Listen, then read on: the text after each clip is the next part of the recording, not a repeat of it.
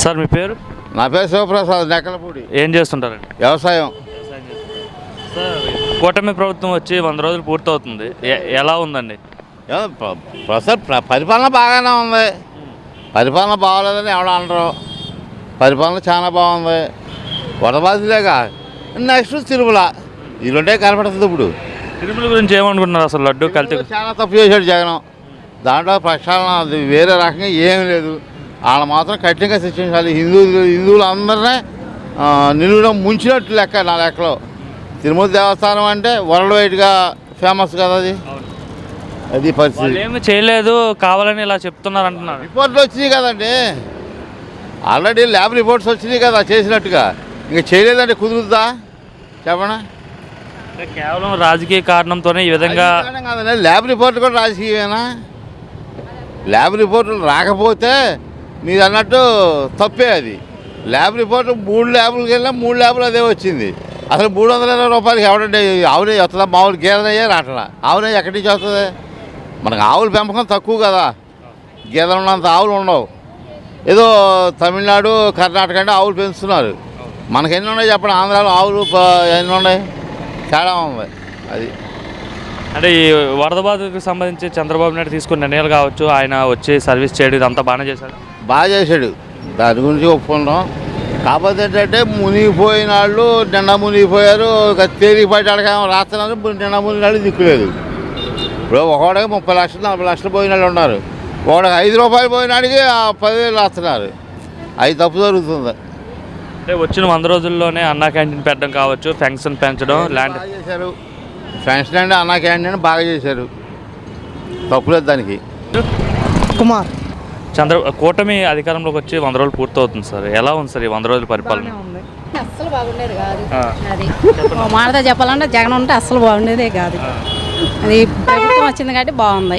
వరదలు వచ్చాయి కానీ చంద్రబాబు అంటున్నారు. చంద్రబాబు పట్టించుకోలేదా? ఎందుకు పట్టించుకోపోతే అవన్నీ అటు చేశాడు, అన్నీ బాగానే చేశాడుగా. అందరికీ ఫుడ్ కానీ దేనికైనా సరే ఆదుకున్నాడుగా.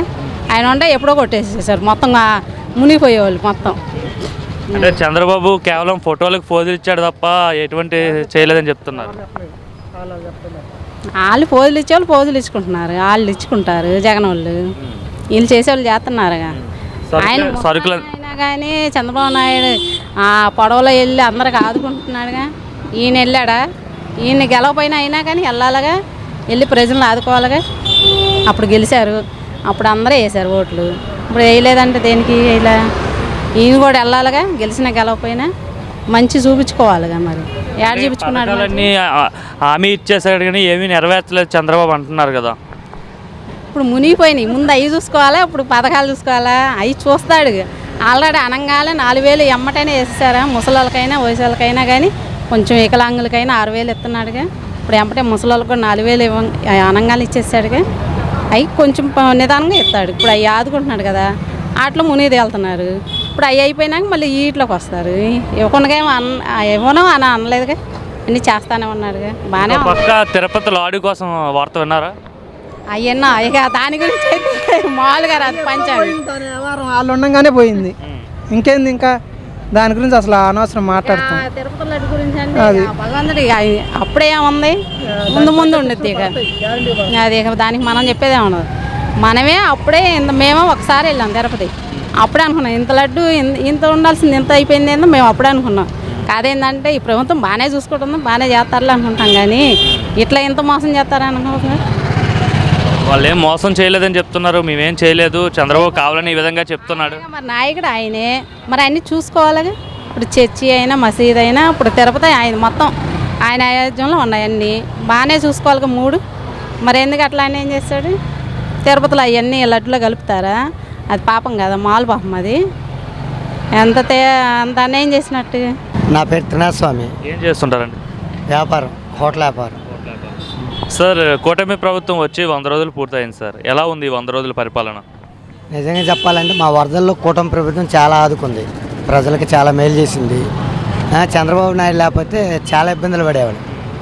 చిన్న అగ్గిపెట్టి నుంచి దోమల అగరబత్తి వరకు కొవ్వొత్తి వరకు అన్నీ అందజేసి 9 రోజులు మేము నీళ్ళల్లో ఉన్నా కానీ వండుకోకపోయినా కానీ అన్నీ తిన్నాం. వీలైనంత వరకు చాలా చక్కగానే మాకు అన్నీ బాగానే అందిస్తున్నారు. ఏం పట్టించుకోలేదు వరద బాధితుల్ని, కనీసం ఎవరు రాలేదు, ఓన్లీ మెయిన్ రోడ్లో వచ్చి వెళ్ళిపోయారు తప్ప మిగతా వాళ్ళని ఎవరిని పట్టించుకోలేదని చాలామంది చెప్తున్నారు. నిజం కదా మరి ఆ మాటలు? నిజం కాదని ఎలాగంటాం, అన్నీ నిజాలే. ఇంత ఘోరంగా ఎప్పుడు ములగల, వెళ్ళలేని ప్లేసుల్లోకి అందలేదు, అది సర్వసాధారణం. అందే చోట్లకి ప్రతి ఒక్కరికి ప్రతిదీ అందించారు. ముఖ్యమంత్రి గారే స్వయంగా నీటిలో పడవల్లో వచ్చారు కదా, బాగా చూసుకున్నారా? వచ్చారా? ముఖ్యమంత్రి గారే వచ్చారు, జేసీబీల్లో వచ్చారు. జేసీబీల్లో వచ్చి కొన్ని చోట్ల తిరిగారు. కొన్ని ఏరియాలోకి మామూలు మంత్రులు వచ్చారు, ఎమ్మెల్యేలు వచ్చారు, అధికారులు ఎప్పుడూ అక్కడే ఉన్నారు. అసలు ముందు ఒక్కొక్క ఇంట్లో అయిపోయిన తర్వాత ఒక్కొక్క ఇంట్లో ఒక్కొక్క ట్రాక్టర్ సెట్ వచ్చింది. పరుపులు కానీ అవన్నీ పోయినాయి కదా, అవి ముందు తీయడానికి ఎవరి వల్ల కాదు, వాళ్ళ అధికారులు పాలనా పగ్గాలు అన్నీ చక్కగా సమన్వయంతో చేసి పెట్టారు. లేకపోతే ఇంత తొందరగా క్లియర్ అయ్యేది కాదు. ఏమనిపిస్తుంది ఎంత మనం అంటే భారీ మెజార్టీతో చంద్రబాబు నాయుడు కూటమిని గెలిపించుకున్నారు కదా, గెలిపించినందుకు న్యాయం చేశారు 100 రోజుల్లోనైనా సరే? న్యాయం చేశారు, చాలా న్యాయం చేశారు అనిపిస్తుంది. ప్రతి అధికారితోనే పని చేపిస్తున్నారు, ప్రతి గవర్నమెంట్ ఎంప్లాయీస్తోనే పని చేపిస్తున్నారు. మాకు అన్ని రకాలుగా సౌకర్యాలు బాగున్నాయి.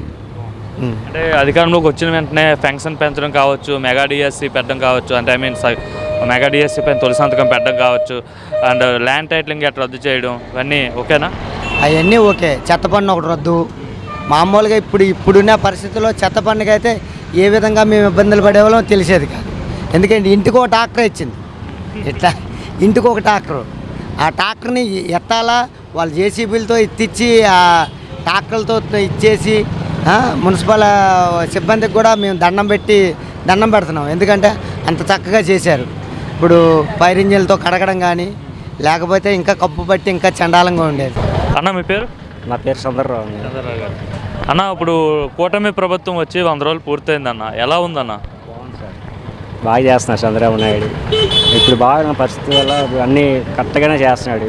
అన్నీ మన దీంట్లో వరద దాంట్లో మట్టుకి బాగా చేశాడండి.